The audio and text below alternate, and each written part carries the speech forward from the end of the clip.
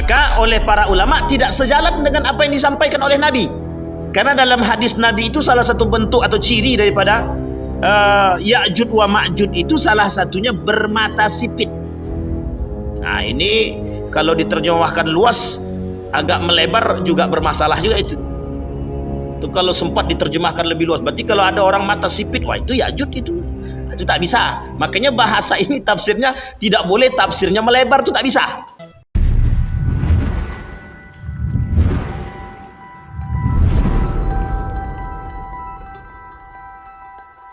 Bismillahirrahmanirrahim. Assalamualaikum warahmatullahi wabarakatuh. Alhamdulillahi rabbil alamin. Alhamdulillahilladzi an'ama bi ni'matil iman wal islam bihima tatimmus salihat. Ashhadu an la ilaha illallah wahdahu la syarika lah wa ashhadu anna Muhammadan abduhu wa rasuluh la nabiyya ba'd. Allahumma salli wa sallim wa barik ala hadha an-nabiyil karim. Allahumma salli ala Muhammad wa ala ali Muhammad fil alamin innaka Hamidum Majid. Ya ayuhan nasu attaqu rabbakum alladhi khalaqakum min nafsin wahidah wa khalaqa minha zawjaha wa batha minhuma rijalan katsiran wa nisaa wattaqullaha alladhi tasaaluna bihi wal arham innallaha kana 'alaikum raqiba. Puji syukur kehadirat Allah atas limpahan rahmat dengan mengucapkan alhamdulillahi rabbil alamin. Berselawat kepada Nabi dengan mengucapkan Allahumma salli ala Muhammad wa ala ali Muhammad fil alamin innaka Hamidum Majid. Baik Bapak Ibu sekalian yang berbahagia, mudah-mudahan di maghrib ini Bapak Ibu senantiasa di dalam lindungan Allah. Semoga selalu mendapatkan keberkahan, kekuatan, kesehatan, rezeki yang melimpah, keistiqamahan dalam beribadah. Amin ya rabbal alamin. Allah anugerahkan keluarga yang sakinah, mawaddah warahmah. Kemudian Allah jadikan anak-anak yang saleh dan salihah. Semoga kelak anak-anak yang saleh dan salihah yang bisa mengantarkan kita, yang mengajak kita ke dalam surganya Allah. Amin ya rabbal alamin. Baik Bapak Ibu sekalian yang berbahagia, di maghrib ini judul kita adalah Ya'jud wa Ma'jud. Ya'jud dan Ma'jud ini adalah salah satu di antara 10 tanda besar datangnya hari kiamat. Berarti kalau kita dah kaji Ya'jud Ma'jud bentar lagi kiamat Pak Ustaz. Ya enggak mesti juga. Karena Ya'jud dan Ma'jud 10 tanda kiamat besar ini dia ada urutan. Urutan dia dari pertama sampai ke 10. Mulai dari Dajjal, Isa, Ya'jud wa Ma'jud, Dukhan, kemudian binatang dabah, binatang melata, keluarnya api dan lain sebagainya. Sampai nanti zalzalah. Kemudian ada beberapa daerah yang masuk dalam perkataan baginda Nabi Muhammad SAW yang akan dihancurkan dengan zalzalah tadi. Sampai kelak Bapak Ibu sekalian yang berbahagia, dalam pandangan para ulama setelah daripada Ya'jud wa Ma'jud tadi itu tidak ada perperangan lagi. Yang terjadi setelah Ya'jud wa Ma'jud itu adalah perkara-perkara yang lain, kemudian pembinasaan terhadap orang-orang yang kafir dan munafik. Baik itu sifatnya zalzalah dan lain sebagainya. Ya'jud dan Ma'jud ini itu disebutkan dalam Al-Quran dan hadis Nabi. Karena ini adalah tanda kiamat besar. Jadi sebenarnya mengkaji Ya'jud wa Ma'jud ini itu sebenarnya ngeri-ngeri sedap. Kenapa kita katakan ngeri-ngeri sedap? Karena pembahasan Ya'jud wa Ma'jud ini itu mengingatkan kita, andailah kata Ya'jud wa Ma'jud ini benar datangnya dalam waktu yang mungkin agak sedikit lebih dekat, itu membuat kita agak sedikit khawatir. Tapi itu perlu kita melihat atau perlu kita meninjau kepada penelitian-penelitian atau kajian-kajian yang sifatnya baik itu melalui buku-buku dan hadis Nabi yang pernah dikatakan oleh baginda Nabi atau penelitian-penelitian yang pernah terjadi. Nanti kita sampaikan ada salah seorang penelitian dari Amerika Serikat itu yang pernah meneliti tentang tembok tembok besar yang dibuat oleh Zulkarnain. Apakah itu dia tembok yang dimaksud adalah tembok Cina ataukah itu temboknya yang dibuat oleh Zulkarnain tadi tembok yang lain, dan mengapa tidak bisa dideteksi oleh satelit, dan apakah itu menjadi tanda tanya? Maka sebagian ulama mengatakan, para alim, para peneliti ketika itu mengatakan temboknya yang dibuat oleh Zulkarnain itu sampai hari ini menjadi tanda tanya. Bahkan para peneliti sudah mencoba untuk meneliti dan itu belum bisa dipastikan. Nah, ini kemudian menjadi persoalan. Tidak salah ketika para peneliti mencoba meneliti demikian.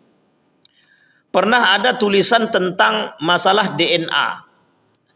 Ini bukan tes DNA ya, tapi DNA. Pernah ditemukan DNA itu oleh salah satu peneliti di Amerika Serikat itu di dalam tanah.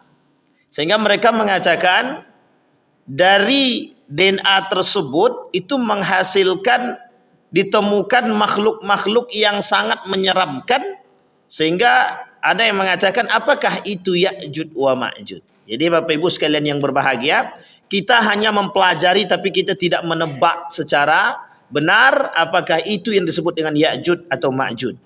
Baik Bapak Ibu sekalian yang berbahagia, setidaknya kita akan coba sedikit mengulang tentang Ya'juj wa Ma'juj. Yang pertama, apa sih sebenarnya Ya'juj wa Ma'juj itu? Ya'juj dan Ma'juj itu adalah dua suku yang oleh para ilmuwan, oleh Nabi disebutkan dalam riwayatnya, oleh para ulama mentafsirkan Al-Quran tersebut, para ulama mufassirin, para ulama hadis menjelaskan hal tersebut. Mereka mengatakan Ya'juj wa Ma'juj itu dua kubu yang berasal dari siapa Bapak Ibu? Yafis. Yafis itu dari, bukan Pak Yafis itu. Yafis itu dari anak Nabi Nuh alaihissalam. Ditarik sampai ke atas dari ibunda, siapa namanya, istri daripada Nabi Adam? Hawa. Sehingga ulama berpendapat, hampir mayoritas jumhur ulama berpendapat bahwa dua kubu Ya'juj wa Ma'juj ini berasal daripada keturunan Yafis bin Nuh, tarik ke atas sampai ke Adam alaihissalam.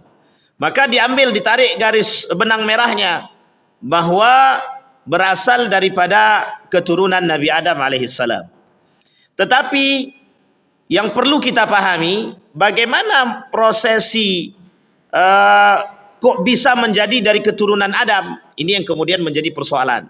Ada yang mengatakan dari benih mandi yang pernah jatuh ke tanah, tapi kemudian berhasil menciptakan makhluk. Yang makhluk itu kelak disebut dengan Ya'juj wa Ma'juj. Tapi ada juga kemudian referensi-referensi yang lain. Salah satu kerajaan yang paling sadis ketika itu dalam runtuhnya Daulah Abbasiyah itu adalah kerajaan Mongol. Kerajaan Mongol adalah kerajaan yang terkenal dengan kesadisannya. Bahkan kerajaan Mongol ini itu menghilangkan identitas daripada umat muslim atau identitas agama Islam. Salah satu identitas atau yang menjadi peninggalan umat Islam ketika itu adalah yang disebut dengan perpustakaan, yang ketika itu ada di Baghdad. Nah, perpustakaan itu juga dihancurkan ketika dia selesai membunuh semua umat manusia yang ada pada masa Daulah Abbasiyah. Jadi keganasan yang dilakukan oleh kerajaan Mongol terhadap Daulah Abbasiyah umat Islam ketika itu sangat sadis. Maka diidentikan ketika itu oleh sebagian ulama mengatakan bahwa kesadisan bangsa Mongol dalam membunuh kaum-kaum muslimin ketika itu hampir serupa. Bahkan lebih daripada itu akan bermunculan yang lebih sadis. Itulah yang disebut dengan Ya'juj wa Ma'juj. Kata Nabi dalam hadisnya mufsidun, kelompok yang merusak. Dalam Al-Quran disebut dengan mufsidun, orang-orang, kelompok-kelompok yang merusak di muka bumi. Maka Ya'juj wa Ma'juj itu identiknya dengan hal yang buruk, yang melakukan kerusakan di muka bumi. Ada satu pendapat mengatakan begini, tapi dalam bentuk pertanyaan. Apakah Zionisme itu Ya'juj wa Ma'juj? Karena Zionisme itu, boleh Bapak Ibu tengok, mereka tak pandang bulu kan. Kalau bunuh orang kan dia tak pandang. Mau manusia atau tak manusia, bunuh saja. Yang penting bukan dari diri dia. Sehingga ketika dia membunuh umat manusia itu, mereka tak pandang. Tapi apakah benar Ya'juj wa Ma'juj itu? Ini prediksi yang belum tentu benar dan belum tentu juga salah. Tapi kemudian dibantah oleh para ulama. Betulkah Zionisme yang sekarang ini adalah Ya'juj wa Ma'juj yang disebutkan di dalam hadis Nabi dan Al-Quran sebagai bentuk mufsidin, perusak di muka bumi ini? Karena mereka melakukan kerusakan itu terstruktur. Bahkan ada yang mengatakan, apakah Zionisme itu Dajjal, kata dia. Wah, ini dia Dajjal sama Ya'juj wa Ma'juj itu sama-sama merusak. Adik-beradik, cuman beda masa saja. Dajjal itu merusak juga. Ya'juj wa Ma'juj juga merusak. Tapi mana yang paling sadis? Kedua-duanya sadis dengan gaya metode yang berbeda. Ya, kalau Dajjal itu dia punya kelebihan, paling tidak ada 6 kelebihan dia. Ketika dia menunjuk langit, hujan turun. Ketika dia menghidupkan orang yang dia bunuh, kemudian dia bisa hidupkan kembali. Dan ini salah satu fitnah daripada Dajjal. Dan banyak fitnah Dajjal itulah kelak yang mendatangkan orang-orang yang dari kampung dan mengakui kehebatan daripada Dajjal. Sehingga kerusakan yang dilakukan oleh Dajjal itu lebih kepada aspek akidah. Orang yakin pada Dajjal. Tapi Ya'juj wa Ma'juj tidak begitu. Ya'juj wa Ma'juj itu bukan seperti itu. Tapi bagaimana Ya'juj dan Ma'juj tersebut? Ya'juj dan Ma'juj itu mereka membunuh manusia itu layaknya mereka memandang bahwa manusia itu lebih daripada binatang. Jadi membunuh manusia itu tidak berpandang, tidak pakai nurani. Karena sebagian mengatakan itu Ya'juj wa Ma'juj bukan bagian daripada manusia. Tapi sebagian lagi yang lain mengatakan bahwa Ya'juj wa Ma'juj itu adalah bagian daripada manusia. Baik. Sebelum kita bahas Ya'juj wa Ma'juj, kita harus lihat dulu di dalam surat Al-Kahfi ayat 92 sampai 97. Bahkan di dalam surat Al-Kahfi juga ada dalam ayat 83. Itu sampai selanjutnya. Ada perkataan di situ disebutkan oleh Allah, ya Dzal Qarnain. Di situ namanya disebutkan Dzulqarnain. Siapa Dzulqarnain ini? Nah, ini yang kemarin yang di sana kita belum bahas, kita bahas sedikit di sini. Dzulqarnain adalah seorang raja yang beriman, yang saleh ketika itu. Dzulqarnain ini mengerti ada kelompok yang memang merusak, yang akan melakukan kerusakan di muka bumi dan diberitahu oleh Allah. Siapa mereka? Itu yang disebut dengan Ya'juj wa Ma'juj. Yang kemudian oleh Dzulqarnain itu dibangun tembok yang besar. Dalam riwayat itu temboknya terbuat dari besi. Nah, nanti kita sampaikan dalam pandangan para ulama, apakah tembok itu disebut dengan tembok Cina? Karena dia perbatasan daripada itu. Jadi kerajaan Mongol itu juga masuk pada perbatasan situ. Nah, ini yang kemudian bangsa Mongol, bukan kerajaan Mongol, bangsa Mongol. Dan itu terkenal, kesadisan bangsa Mongol itu terkenal. Apakah mereka bagian daripada itu atau lain sebagainya? Dzulqarnain bukanlah seorang nabi, tapi dianggap orang saleh. Orang saleh. Sama seperti dengan Luqmanul Hakim. Wa idh qala Luqmanu li ibnihi ya bunai la tusyrik billah. Dipertanyakan oleh para ulama, siapa Luqmanul Hakim di sini? Luqmanul Hakim di situ apakah nabi, apakah orang saleh? Maka para ulama, jumhur ulama ittafaqa jumhurul ulama ala annahu min hakimin salihin. Seorang hakim yang saleh, bukan nabi. Sama dengan Dzulqarnain. Tidak dianggap nabi, tidak dikatakan nabi, tapi dia sebagai orang yang saleh. Ia diberi nama Dzulqarnain karena ia sudah pernah mencapai ujung dunia dari timur hingga barat. Tempat tanduk setan terbit. Nah, ini kapan-kapan baru tanduk setan ini kita bahas. Jadi Bapak Ibu, permasalahan tanduk setan ini itu juga menjadi permasalahan oleh sebagian para ulama. Apa yang disebut dengan tanduk setan itu? Nah, ini tanduk setan ini banyak multitafsirnya. Lain waktu kita bahas, karena kalau bahas itu tak habis nanti. Nanti protes pula Pak Yendi kan. Sehingga tersebut ketika Dzulqarnain mengetahui, Allah sebutkan di dalam Al-Quran dalam surat Al-Kahfi tersebut, bagaimana Dzulqarnain diperintahkan oleh Allah membangun tembok yang tinggi dan besar. Tembok yang tinggi dan besar. Nah, kemudian Allah sebutkan, kemudian ia menempuh suatu jalan yang lain lagi, hingga apabila dia telah sampai di antara dua buah gunung, dia mendapati di hadapan kedua bukit itu suatu kaum yang hampir tidak mengerti pembicaraan. Jadi ketika seorang ilmuwan Amerika menemukan salah satu gunung yang ada di Amerika itu, di dalam gunung itu sekitar 12 km kedalamannya itu bahasanya lebih dalam lagi, galiannya berarti kan begitu. Artinya ditemukan dalam gunung tersebut, apa yang ditemukan? Kelompok yang hidup yang tidak, pembicaraan mereka tidak dimengerti. Tapi kemudian para ulama mengatakan, ulama yang ada di sana mengatakan hasil penemuan tersebut, apakah itu yang disebut dengan Ya'jud wa Ma'jud? Dibantah oleh para ulama, tidak. Meskipun percakapan mereka tidak dimengerti, kuku mereka panjang dan menakutkan, bentuk mereka tidak sama seperti manusia. Maka oleh para ulama tidak sejalan dengan apa yang disampaikan oleh Nabi. Karena dalam hadis Nabi itu salah satu bentuk atau ciri daripada Ya'jud wa Ma'jud itu salah satunya bermata sipit. Nah ini kalau diterjemahkan luas agak melebar juga bermasalah juga itu. Itu kalau sempat diterjemahkan lebih luas. Berarti kalau ada orang mata sipit, wah itu Ya'jud itu tak bisa. Makanya bahasa ini tafsirnya tidak boleh, tafsirnya melebar itu tak bisa. Apalagi, tapi ketika dikatakan ada pertanyaan, dan ini ternyata sudah dibahas lebih dulu oleh para ulama. Mendengar kalimat sipit, bermata sipit itu tembok yang tinggi, itu orang berpendapat, apakah ini disebut dengan berasal dari Cina? Ini kemudian menjadi pertanyaan, apakah Ya'jud wa Ma'jud itu kelak datang dari Cina atau berasal dari Cina? Karena di situ ada tembok Cina yang tinggi dan besar, dan di perbatasan itu ada makhluk-makhluk, maksudnya ada manusia-manusia yang sadis dan ganas. Yang makhluk itu disebut dengan bangsa Mongol.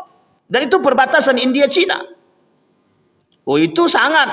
Nah itu kemudian menjadi persoalan. Apakah nanti ada bantahan daripada ulama atau tidak terkait apakah bangsa Ya'jud wa Ma'jud ini berasal dari Cina atau tidak. Baik.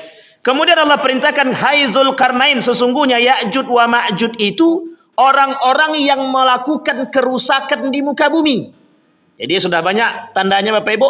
Tadi mata sipit. Kemudian sifat kedua melakukan kerusakan di muka bumi. Jadi Bapak Ibu jangan sebut pula ada orang yang melakukan kerusakan di muka bumi. Ya'jud wa Ma'jud gitu. Itu tak bisa juga. Karena kita harus tahu karakter-karakter dia. Kemudian disampaikan orang-orang yang melakukan kerusakan di muka bumi, maka dapatkah kami memberikan sesuatu pembayaran kepadamu supaya engkau membuat dinding antara kami dan mereka. Kata Allah, antara kami dan mereka. Kami di sini bukan untuk Allah. Kalimat kami di sini oleh para ulama dikatakan bukan Allah. Tapi kalimat di sini adalah umatnya Nabi Muhammad sallallahu alaihi wasallam. Jadi saking tingginya tembok itu Bapak Ibu, itu tidak bisa. Tidak bisa digrogoti, tidak bisa dikikis saking kerasnya. Tapi kelak itu hancur ketika janji Allah. Ketika janji Allah itu hancur. Sehingga oleh ulama ini disebutkan oleh Muhammad Arif ini, Dr. Muhammad Arif mengatakan, nanti disampaikan bagaimana cara mereka menghancurkan tembok itu. Itu disampaikan. Dan bisa Ibu bayangkan, Bapak Ibu bayangkan ketika tembok yang tinggi, di situ manusia-manusia yang ganas-ganas tinggal di situ. Ibarat ketika ada dua orang yang terkurung di dalam satu ruangan, tidak dikasih makan. Kira-kira apa yang akan terjadi di situ? Yang terjadi di situ siapa yang paling kuat? Maka yang paling kuatlah yang akan memakan yang lemah. Sama halnya ketika ketika bangsa Ya'jud wa Ma'jud ini terkurung sekian lama, ketika mereka keluar daripada kurungan tersebut, itu mereka seperti binatang buas yang keluar daripada sarang dia. Dan kelak nanti Ya'jud wa Ma'jud itu akan bercampur antara kalian satu dengan yang lain. Dan kalian tidak mengenali mereka. Bagi mereka yang mengenal itu, bagi mereka yang beriman mereka tahu. Tapi bagi mereka yang tidak beriman mereka tidak mengerti mana yang disebut dengan Ya'jud wa Ma'jud itu. Tinggi mereka lebih tinggi daripada kita. Maka habis ini jangan tengok yang tinggi-tinggi, tak usah. Nanti bahaya. Baik Bapak Ibu sekalian yang berbahagia. Nah, pertanyaannya kemudian siapakah Zulkarnain tadi sudah kita sampaikan. Zulkarnain bukanlah Iskandar. Bukanlah Iskandar yang pernah disebutkan. Jadi ada yang mengatakan Salah satu pandangannya mereka mengatakan bahwa Zulkarnain itu adalah Iskandar, Alexander. Ternyata oleh para ulama bukan. Bukan Alexander itu, bukan Iskandar itu yang disebut, tapi adalah yang lain, orang lain. Oleh para ulama Al-Quran mengatakan, Mufassirin mengatakan, Ibnu Katsir mengatakan bukan yang disebutkan oleh para pandangan-pandangan yang belum tepat. Sesungguhnya Zulkarnain itu Iskandar, tapi bukan yang disebut dengan Alexander. Baik, dan itu menunjukkan, dan ini tertulis dalam surat Al-Kahfi, telah menyebutkan kisah Zulkarnain dalam surat Al-Kahfi bahwa ia telah berkeliling dunia. Di sini kita akan membahas ayat yang berkaitan erat selain daripada surat Al-Kahfi. Baik. Siapakah Ya'juj wa Ma'juj? Adakah pendapat yang lain mengatakan Ya'juj wa Ma'juj tersebut? Ada. Yang mengatakan pendapat yang lain Ya'juj wa Ma'juj tadi, itulah kemudian yang mengatakan bahwa Ya'juj wa Ma'juj itu ada yang datang dari Cina. Ada yang mengatakan Ya'juj wa Ma'juj itu datang dari tempat yang lain. Ada yang mengatakan bahwa Ya'juj wa Ma'juj itu datang dari satu daerah yang berada di pegunungan yang cukup dalam. Itu yang disebut tadi. Salah satunya penelitian yang tadi dilakukan oleh profesor doktor dari Amerika tersebut. Pendapat lain menyebutkan bahwa Ya'juj wa Ma'juj diambil dari kalimat bahasa Arab yang berbunyi Ajad an-nar, yang berarti api yang menyala-nyala. Jadi api yang menyala-nyala. Ada yang mengatakan Ya'juj wa Ma'juj itu diambil dari kalimat majayamuju. Maka dibaca yajayamuju. Yajayajud. Kemudian majayamuju. Diambil dari kalimat yang berartikan gelombang. Ternyata para ulama mengatakan tak cocok. Yang cocok adjayauj. Adjayauj. Artinya apa? Yang artinya adalah api yang menyala-nyala. Kalau disamakan dengan karakter mereka hampir mirip. Dari secara bahasa, arti daripada nama mereka itu dikaitkan dengan karakter sifat yang disebutkan oleh Allah, itu agak bersamaan. Karena salah satunya api yang menyala itu adalah salah satu sifat daripada syaitan. Yang di dalam diri mereka ada nafsu yang selalu menyala. Ada selalu perbuatan-perbuatan yang ingin melakukan kerusakan. Karena identik api itu membakar dan lain sebagainya. Apa agama Ya'juj wa Ma'juj? Sampaikah kepada mereka dakwah Nabi Muhammad sallallahu alaihi wasallam? Ini yang perlu kita pahami. Berarti Ya'juj Ma'juj itu tidak Islam, Pak Ustaz. Saya aja kita harus cari itu. Apakah Ya'juj wa Ma'juj itu agamanya Islam? Kami belum sampai ke sana lagi. Maka kata kita akan merujuk kepada pemahaman para ulama.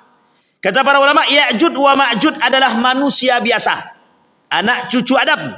Al-Hafiz Ibnu Hajar Al-Asqalani menguatkan pendapat yang menyebutkan bahwa Ya'juj wa Ma'juj dari keturunan Adam, yang diambil dari keturunan Yafis bin Nuh. Ya ayuhan nasu taqu rabbakum idna zalzalatas sa'a syai'un nazim. Hai manusia, bertakwalah kepada Allah kalian, sesungguhnya kegoncangan hari kiamat itu adalah suatu kejadian yang sangat besar. Salah satu kejadian yang besar disampaikan oleh Nabi.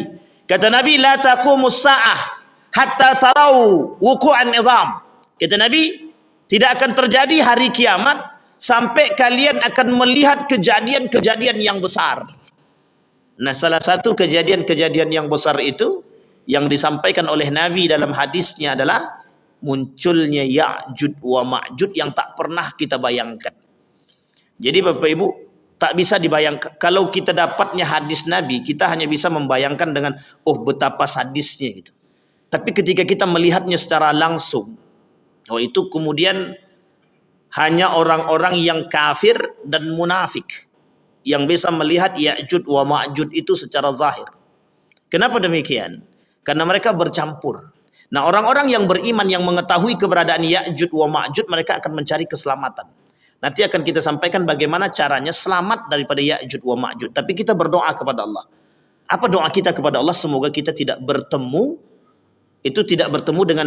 dengan Ya'juj wa Ma'juj. Jangan sampai ketemu. Kalau sempat kita ketemu, berarti kedekatan hari kiamat itu semakin dekat sekali. Dia nomor 3.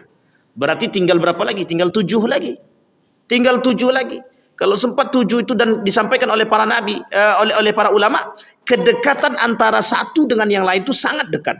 bermunculannya kiamat besar tadi antara satu dengan yang lain itu sangat dekat. Nah, kita tidak bisa mentafsirkan sangat dekat itu, tidak bisa. Apakah sekarang, kemudian besoknya kiamat selanjutnya, apakah besoknya lagi kiamat selanjutnya, itu kita tidak bisa mengatakan demikian. Karena itu fatrah, masa, waktu yang menentukan hal demikian. Baik, Bapak Ibu sekalian yang berbahagia. Sekarang pertanyaannya adalah, apakah agama Ya'juj wa Ma'juj tersebut? Ulama berbeda pendapat. Tidak ada yang mengetahui secara zahir agama daripada Ya'juj wa Ma'juj. Tak ada yang mengetahui secara zahir. Apakah sampai kepada mereka dakwah baginda Nabi Muhammad SAW? Kalau pendapat Ibnu Hajar Al-Asqalani, kata Ibnu Hajar Al-Asqalani, itu tidak sampai. Kata Ibnu Katsir, Ibnu Katsir mengatakan tidak jelas apakah mereka mendengarkan dakwah atau tidak. Karena tembok yang tinggi tadi sebagai penghalang, kata dia, yang tidak bisa pernah sampai ke sana. Nah, ini yang menjadi masalah. Maka tidak ada orang yang merobohkan tembok selain daripada mereka sendiri. Dan itu ketika janji Allah yang Allah sebutkan di dalam Al-Quran itu. Baik, Bapak Ibu sekalian yang berbahagia. Kemudian dikatakan dalam hadis yang lain, ketika para sahabat sudah berkumpul mengelilingi baginda Nabi Muhammad SAW, kemudian Nabi bersabda, tahukah kalian hari apakah itu? Itu adalah hari di mana Allah Ta'ala memanggil Adam dan berfirman, wahai Adam, kirimkanlah satu rombongan ke neraka. Wahai Adam, kirimlah satu rombongan ke neraka. Kelak ada orang yang masuk ke dalam neraka itu bersamaan. Allah sebut di dalam Al-Quran, wasiqal ladzina kafaru ila jahannama zumara. Kelak akan masuk orang-orang kafir itu, orang-orang yang melakukan kerusakan di muka bumi, itu masuk ke dalam neraka jahannam itu zumara, bersama-sama. Tapi kalimat itu digandeng. Wasiqal ladzina taqaw rabbahum ilal jannati zumara. Kelak orang yang beriman dan bertakwa, kata Allah, masuk juga ke dalam surga itu berombong-rombong, bersama-sama.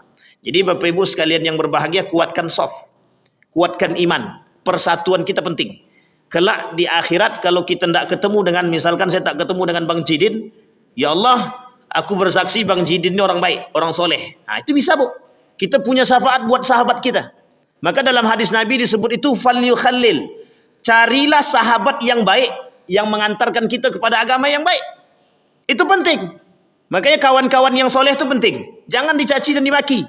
Siapa tahu orang-orang yang tak soleh tadi, kalau dengan nasihat kita dia masuk, dengan akhlak kita dia masuk, kita bisa ajak dia. Ya Allah, aku bersaksi bahwa beliau orang baik. Nah, ini misal. Tapi besok kalau Bapak Ibu udah di surga tak tengok saya, atau tak Ibu tak panggil, itu memang bahaya pula kan. Ya, artinya adalah kita saling memberikan peringatan, saling mengingatkan antara satu dan yang lain. Kemudian Adam bertanya, ya Rabbi, apa itu rombongan ke neraka? Allah menjawab dengan firman Allah, dari setiap 1000 orang, 999 orang akan masuk ke dalam neraka dan 1 orang masuk surga.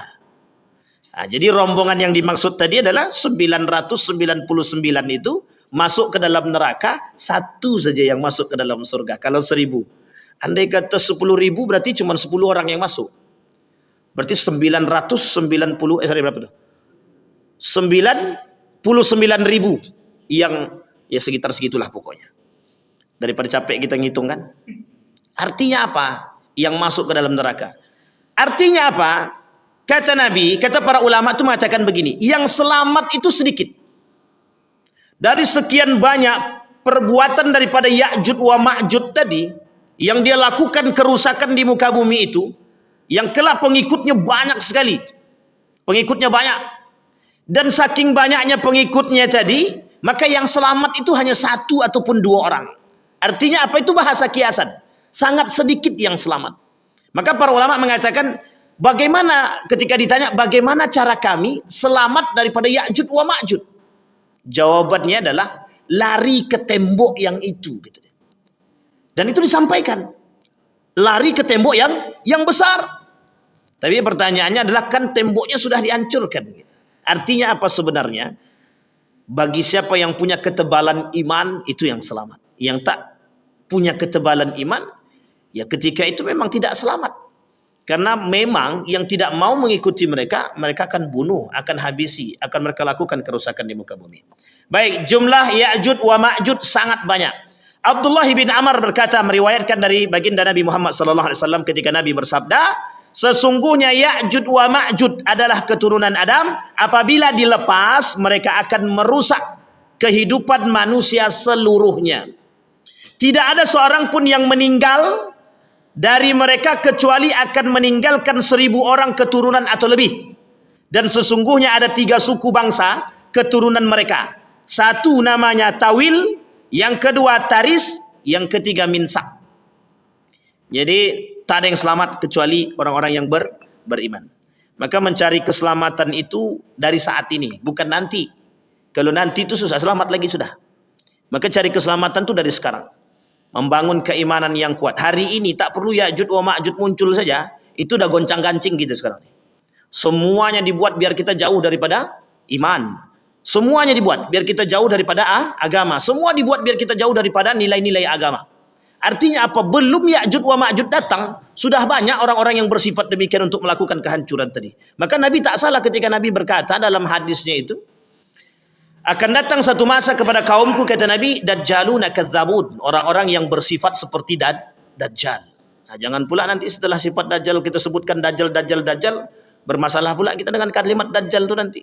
Tapi Nabi kata akan muncul orang-orang yang bersifat seperti Dajjal. Tapi Nabi tak kata orang bersifat seperti Ya'juj wa Ma'juj. Kenapa? Karena ternyata yang paling mudah, yang paling banyak pengikutnya kelak adalah Ya'juj wa Ma'juj. Dan itu setelah itu turun Nabi Isa alaihissalam. Setelah Isa turun, itu kemudian dibasmi oleh Nabi Isa. Turunlah setelahnya Ya'juj wa Ma'juj. Dan itu dipergulirkan. Dajjal, Nabi Isa diturunkan untuk membasmi itu tadi. Siapa yang dibasmi oleh Nabi Isa? Dajjal. Sekarang belum turun. Kalau sekarang banyak manusia bersifat Dajjal, Nabi Isa belum turun lagi. Kenapa? Karena Dajjal yang sekarang ini tidak lebih berbahaya daripada Dajjal yang sesungguhnya. Karena Dajjal sekarang ini kalau nunjuk langit, hujan belum turun lagi. Kalau dulu ada, siapa dulu? Firaun, yang mengaku dirinya lebih kayak seperti Tuhan. Apa kata dia? Dia diperintahkan kepada ajudan dia itu, bangunkan aku bangunan yang tinggi sampai ke langit. Biar aku pengen tahu Rabbi Musa itu yang mana. Tuhannya Musa, ilah Musa itu yang mana. Gitu. Coba saking sombongnya Fir'aun waktu itu. Sampai dia katakan, dia datangkan 2 orang, aku bisa menghidupkan dan mematikan. Yang satunya dibunuh, itu mematikan. Yang satunya dibiarkan hidup, itu menghidupkan. Tapi sebenarnya bukan begitu. Nah, Dajjal kelak bukan begitu. Dajjal itu bukan seperti itu. Yang dibunuh dia, itu yang dihidupkan kembali. Jadi sangat berbahaya. Itu baru fitnah Dajjal. Maka setelah fitnah Dajjal itu muncul, dan itu merusak akidah umat manusia. Akidah. Yang dirusak itu akidah. Kepercayaan orang terhadap Dajjal itu tinggi. Bahkan orang yang tidak memiliki iman yang tebal, yang kuat, itu bisa percaya. Maka bahasa para ulama itu, ketika Dajjal menginjakkan kaki saja di salah satu kota besar, Dajjal menginjakkan kaki dia di kota besar, itu ulama orang-orang yang ada di desa itu datang untuk bertemu dengan Dajjal. Untuk melihat kehebatan Dajjal itu. Sehingga banyak yang beriman kepada Dajjal, bukan kepada Allah. Maka kemudian turun Nabi Musa untuk memberantas akidah-akidah yang rusak itu tadi. Yang rusak bukan apa? Bukan manusia yang bersifat fisik, membunuh, bukan. Tapi mereka merusak dari segi akidah, keyakinan. Kita ambil contoh. Dulu ada orang yang bisa mengeluarkan duit dari baju. Itu saja sudah banyak yang percaya. Maka saya bilang itu bukan Dajjal, mungkin adik-beradik daripada Dajjal mungkin. Tapi bisa mereka mengeluarkan, dan itu yang percaya banyak, termasuk ada orang-orang yang bergelar profesor bisa percaya. Artinya apa? Dajjal jauh lebih hebat daripada itu. Sehingga kepercayaan orang itu bisa banyak yang percaya, beriman, sehingga roboh akidah mereka, rusak iman mereka. Nah, Ya'juj wa Ma'juj dia bukan pada aspek tersebut, tapi bagaimana orang yang tidak mau mengikut, maka akan dibunuh, akan dihabisi. Sehingga kezaliman yang kerusakan yang dilakukan itu menyebabkan banyak pengikutnya. Kenapa? Takut. Sehingga yang selamat adalah yang beriman tadi, yang tahu. Kenapa? Karena mereka kelak Ya'juj wa Ma'juj itu bercampur. Dia manusia biasa, hanya saja perbedaannya disampaikan ciri-ciri dia. Mukanya lebar. Kemudian orangnya tinggi. Tutur bahasanya tidak terlalu mudah untuk dipahami. Ini salah satu sifat daripada Ya'juj wa Ma'juj. Tapi jangan pula cari mana orang muka lebarnya. Anda, itu lain cerita kalau itu. Baik Bapak Ibu sekalian yang berbahagia. Ciri-ciri dan fisik Ya'juj wa Ma'juj sudah kita sampaikan. Tapi kita coba sampaikan dari hadis baginda Nabi Muhammad sallallahu alaihi wasallam. Sesungguhnya kalian akan terus berperang hingga Ya'juj wa Ma'juj datang. Nah, ini oleh para ulama dikatakan begini Bapak Ibu. Tidak ada nanti perang setelah Ya'juj wa Ma'juj. Jadi perang terakhir itu nanti bersama Ya'juj wa Ma'juj. Itu sudah setelah itu tidak ada perang lagi. Yang terjadi setelah itu fitnah-fitnah yang lain saja, yang sambil menunggu kedatangan zalzalah kiamat yang sesungguhnya. Itulah gempa bumi, gunung meletus, semuanya. Nanti batu berterbangan, semua rumah-rumah yang cantik dan megah yang tinggi-tinggi itu tinggal angan. Orang tak akan berpikir lagi, Pak. Ketika melihat batu berterbangan itu seperti kapas, kata Allah dalam Al-Quran itu. Kalian akan melihat batu-batu berterbangan itu seperti kapas. Padahal itu bukan kapas, tapi itu batu. Maka setelah Ya'juj wa Ma'juj itu tidak ada kerusakan yang bersifat fisik. Atau bahasa lainnya perang. Hanya saja nanti itu tinggal menunggu goncangan-goncangan. Dimatikannya lampu selama 40 hari. Kemudian muncul dukhan. Ada nanti binatang melata yang bisa berbicara. Kemudian banyak. Dan ketika itu muncul api yang kemudian muncul daripada Yaman. Sungai yang kemudian sudah mengering. Itu tanda kedekatan hari kiamat. Bahkan ketika itu terjadi kata Nabi, ketika kalian melihat tanda itu berarti tandanya kiamat sudah dekat. Maka bersiaplah. Sebenarnya tidak perlu menunggu kiamat besar itu datang. Kalau kita berakal, beriman harusnya dengan tanda-tanda kiamat yang kecil itu seperti fitnah, huru hara atau prahara akhir zaman atau fitnah akhir zaman yang saat ini sudah bermunculan di hadapan kita, itu sebenarnya harus bisa menjadi pelajaran bagi kita agar kita bisa betul-betul beriman. Karena kelak kata Allah yang ingin dilihat oleh Allah itu mana yang benar-benar beriman dan mana yang pura-pura beriman. Karena kelak isi manusia di akhir zaman itu orang kafir dan munafik. Yang munafik ini siapa? Yang pura-pura beriman. Yang pura-pura beriman. Baik Bapak Ibu sekalian yang berbahagia. Warna rambut mereka hitam kemerah-merahan. Wajah mereka diperumpamakan oleh Nabi dengan perisai cembung yang tebal karena bentuknya yang bulat dan padat berlemak. Nah, bisa dibayangkan Bapak Ibu? Bisa bayangkan? Menengok orang-orang agak gemuk sedikit. Tapi jangan dibayangkan betul. Bahaya pula itu nanti. Mereka nanti akan keluar dan turun dari seluruh tempat yang tinggi. Lalu menyebar ke seluruh penjuru dunia dengan sangat cepat. Oleh ulama, oleh sebagian pandangan mengatakan begini. Bisa jadi, ini bisa jadi kata mereka. Ini tapi bahasa, hanya sekedar bahasa apa namanya? Bahasa cocokologi, tapi sebenarnya tidak tepat juga. Ketika Bapak Ibu melihat hari ini ada beberapa bangsa, beberapa negara yang ciri khas mereka itu mereka bisa berada di mana-mana. Bisa berada di mana-mana. Dan mereka bisa menguasai perekonomian di mana-mana. Sekarang Bapak Ibu bangsa apa yang bisa menguasai perekonomian di mana-mana? Cuman itu. Ada yang lain? Tidak ada. Oh, ada satu lagi. Padang. Itu nasi Padang di mana-mana banyak. Oh, serius Bapak Ibu? Saya mengatakan benar. Di Turki itu ada nasi Padang. Tapi ini karakter dagang ya, karakter dagang. Tetapi bangsa Cina itu mereka diwajibkan anak-anak muda itu wajib dagang. Bahkan perbankan, Bank Sentral Cina itu memberikan bantuan dana 0,0 sekian persen. Kalau saya tak salah 0,02%. Saking rendahnya bunga, itu diberikan pinjaman kepada anak-anak yang ingin berwirausaha. Karena apa? Karena mereka wajib berdagang dan mereka bisa menguasai pasar. Ketika terjadi antara Cina, ketika terjadi ketegangan antara Cina dan Amerika, itu Amerika menantang Cina begini. Pokoknya diangkat pajak itu mereka angkat setinggi mungkin. Apa kata Cina? Silahkan angkat, tidak ada masalah. Sehingga bangsa Cina ketika itu tidak memasukkan yang besar-besar seperti mobil dan lain sebagainya, tidak. Tapi yang kecil-kecil. Bapak Ibu boleh tengok hari ini, itu produk-produk yang kecil-kecil itu rata-rata dari Cina. Boleh tengok. Tidak usah jauh-jauh. Kalau ke Indonesia Bapak Ibu pun sudah paham. Tusuk gigi aja yang sangat kecil itu datang dari Cina itu.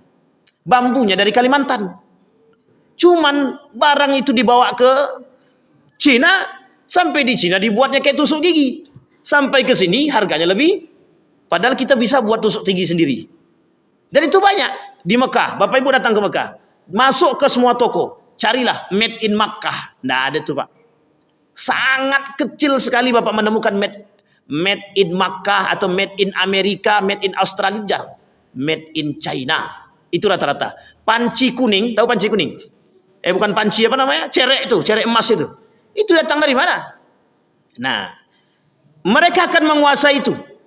Kata dia. Maka ada yang di situ orang mengatakan apakah Ya'juj wa Ma'juj itu adalah bangsa Cina. Maka itu alasannya. Bukan hanya karena mata sipit penguasaan mereka terhadap dunia. Bahkan mereka bisa menguasai dunia itu dalam waktu yang sangat cepat. Ketika Amerika menjadi negara adikuasa itu, Cina itu masih biasa saja. Hari ini orang melihat yang paling berkuasa itu bukan Amerika, tapi Cina. Kenapa demikian? Karena Cina bisa merusak segala hal, termasuk merusak pasar. Dan itu yang tidak dimiliki oleh negara manapun. Bayangkan Cina bisa masuk dalam semua tempat. Nah, makanya orang berpendapat, ada yang mengatakan apakah bangsa Ya'juj wa Ma'juj itu berasal dari bangsa Cina. Maka oleh para ulama mengatakan tidak, kata para ulama. Bukan. Ya'juj wa Ma'juj itu bukan datang dari Cina. Hanya saja ciri khas yang disampaikan itu bermiripan. Dan dianggap apakah tembok Cina itu adalah tembok yang dimaksud oleh yang dibuat oleh Zulkarnain dulu? Bukan. Karena apa? Oleh para ilmuwan itu mengatakan tembok yang dibuat oleh Zulkarnain itu dalam bahasa hadisnya itu dibuat dari besi. Sementara tembok Cina itu tumpukan batu bata kalau bahasa kita hari ini. Artinya apa? Terdapat perbedaan. Dan memang dataran tingginya sama, dianggap sebagai dataran tinggi. Dan di antara tembok itu memang ada bangsa dan kelompok yang dianggap memang ganas, yang dulu pernah disebut sebagai bangsa Mongol, yang pernah menaklukkan Abbasiyah, yang memang pembunuhannya sadis. Nah, ini kemudian terjadi. Maka para ulama, tidak ada satupun para ulama yang mengatakan secara detail siapa sebenarnya, dari bangsa mana sebenarnya Ya'juj dan Ma'juj tersebut. Tapi yang penting kita pahami adalah ciri dan fisik dia tadi. Mukanya lebar, kemudian berbicaranya tidak terlalu fasih, dia tidak terlalu fasih berbicara. Bagaimana Ya'juj dan Ma'juj menjebol dinding penghalang? Kata Allah kelak mereka tidak akan bisa menghancurkan tembok tersebut sampai pada masanya atau waktunya. Ya'juj dan Ma'juj adalah dua suku bangsa yang selalu membuat kerusakan di muka bumi, sehingga Zulkarnain membangun dinding yang menghalangi mereka. Selama berada di balik dinding penghalang ini, mereka menjalani kehidupan mereka sendiri, makan, minum, beraktivitas. Mereka pun terus berusaha berusaha sekeras tenaga bagaimana cara mereka meruntuhkan dinding-dinding tadi yang terbuat dari besi tadi. Mereka terus menggali dan melubanginya sedikit demi sedikit. Abu Hurairah mengatakan dalam riwayatnya mengenai hal demikian, mereka menggali terus setiap hari sampai apabila mereka hampir berhasil membuat lubang di dinding penghalang itu, pimpinan mereka berkata, "Pulanglah dulu. Besok kalian akan bisa menjebolnya kembali." Namun Allah selalu mengatakan, Allah selalu mengembalikan mereka dinding-dinding penghalang tersebut sampai nanti tiba waktunya Allah berkehendak untuk melepaskan mereka keluar. Artinya sebenarnya apa? Kelak akan ada kerja keras yang dilakukan mereka itu kelak berhasil, akan mereka robohkan.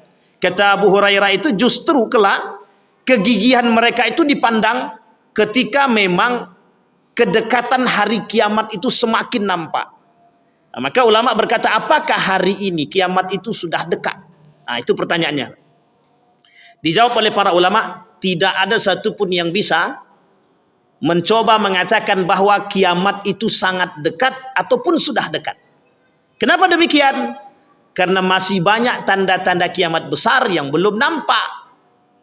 Tetapi ketika berkata demikian melihat fitnah tersebut, ada ulama lain yang mengatakan paling tidak kita hari ini sudah berdekatan atau diambang pintu kiamat. Sampai di sini paham bahasanya Bapak Ibu ya. Ada yang mengatakan kita belum sampai pada kiamat, masih lama, masih butuh waktu yang panjang. Makanya diambil jalan tengah oleh Syekh Ramadan Al-Buti itu terhadap hari kiamat tersebut. Sebaiknya umat muslim terhadap hari kiamat itu berpedoman pada apa yang sudah dikatakan oleh baginda Nabi Muhammad SAW. Yakin bahwa kiamat itu datang, tapi tak mengatakan bahwa kiamat itu sudah datang. Yakin bahwa kiamat itu dah datang. Inna sa'atun la raiba fih. Mesti datang. Tapi kedatangannya tidak pernah ada yang tahu kapan waktunya dengan tepat. Hanya saja ketika Nabi ditanya oleh malaikat itu, tanda-tanda kiamat Nabi sampaikan. Seperti apa yang kita pelajari di malam hari ini Bapak Ibu. Baik, dalil tentang Ya'juj wa Ma'juj sudah kita sampaikan. Sekarang pertanyaannya, bagaimana umat mukmin ketika itu selamat daripada Ya'juj wa Ma'juj? Yang pertama kata para ulama, orang-orang yang selamat daripada Ya'juj wa Ma'juj, orang-orang yang memiliki ketebalan iman. Yang kedua, ulama mengatakan larilah sejauh mungkin Anda mampu lari, sehingga Anda tidak bertemu dengan mereka. Tapi ini Bapak Ibu sekalian yang berbahagia, karena saking banyaknya jumlah Ya'juj wa Ma'juj tadi, saking banyaknya dan mereka tersebar di seluruh dunia. Bahkan jumlah mereka itu berbanding. Seperti apa? 1000 bandingnya 1. Artinya apa? Jumlah mereka, orang-orang yang benar-benar selamat itu adalah orang yang benar-benar dalam naungan Allah Subhanahu wa ta'ala. Bapak Ibu sekalian yang berbahagia, tetapi ending kalimat ini Bapak Ibu, kita tak boleh cocokologi. Nampak orang bersifat kayak melakukan kerusakan di muka bumi, kita katakan dia Ya'juj, itu tidak boleh. Seperti yang tadi di awal, apakah Zionis itu adalah Ya'juj wa Ma'juj? Karena memang tidak ada pendapat yang sahih mengatakan bahwa Zionis itu Ya'juj wa Ma'juj. Apakah Cina itu, bangsa Cina itu Ya'juj wa Ma'juj? Juga tidak ada dalil yang sharih dan yang kuat yang mengatakan mereka Ya'juj wa Ma'juj. Apakah tembok Cina itu adalah tembok yang dibangun oleh Zulkarnain? Oleh para ahli ilmuwan juga tidak mendapatkan keterangan yang pasti. Artinya apa? Artinya kita umat muslim disuruh bersiap. Dengan apa? Dengan keimanan yang betul-betul iman. Bukan hanya sekedar. Kalau orang tahu Ya'juj, misal mohon maaf, tahu mereka, oh bangsa Cina itu Ya'juj wa Ma'juj, mesti kita bersiap. Tapi kalau kita tak tahu, kita hanya diberikan pandangan oleh Allah, disitulah tujuan kecerdasan tadi, agar kita bisa mengokohkan iman. Ada atau tidak adanya Ya'juj wa Ma'juj itu tadi. Tapi keyakinan kita sebagai orang yang beriman, wajib kita meyakini bahwa Ya'juj wa Ma'juj itu ada. Terakhir, bagaimana binasanya Ya'juj wa Ma'juj? Ya'juj dan Ma'juj mulai dari laki-laki, perempuan hingga anak-anak akan menebar kerusakan, pembunuhan, penodaan kehormatan, kerusuhan, dan perbuatan asusila. Sama tuh seperti manusia hari ini. Sampai-sampai mereka pun menembakkan anak panah mereka ke langit untuk menakutkan atau menaklukkan penghuni langit. Saking sombongnya, sama kayak Fir'aun. Selanjutnya Allah akan menurunkan hujan untuk mencuci bumi hingga mengkilap bagai cermin. Lalu Allah berfirman kepada bumi, tumbuhkanlah buah-buahanmu dan kembalilah semua keberkahanmu. Artinya apa? Campur tangan Allah atas runtuhnya Ya'juj wa Ma'juj kelak tak bisa kita hindari. Maka di situ yang harus kita imani, kehancuran Ya'juj wa Ma'juj itu pasti. Tetapi kapan? Karena sekarang Ya'juj itu belum muncul. Yang kita tunggu sajalah. Kita berdoa kepada Allah, moga-moga kita tidak bertemu dengan Ya'juj wa Ma'juj. InsyaAllah yang tua-tua ni tak ketemu ni Ya'juj wa Ma'juj. Masalahnya yang puluhan tahun yang akan datang yang kita takutkan, mereka ketemu atau tidak. Mudah-mudahan kita termasuk orang-orang yang beriman kepada Allah. Amin ya rabbal alamin. Saya kira itu saja Bapak Ibu sekalian yang berbahagia. Ini sudah selesai Ya'juj wa Ma'juj. Kalimat endingnya tidak boleh ada yang mengatakan siapapun yang melakukan kerusakan di muka bumi ini, kita tak boleh katakan dia Ya'juj ataupun Ma'juj. Apalagi kita katakan Dajjal, nanti berujung pada polda. Itu yang tak menjadi masalah kita hari ini. Fa'tabiru ya ulil absar la'allakum tuflihun. Assalamualaikum warahmatullahi wabarakatuh.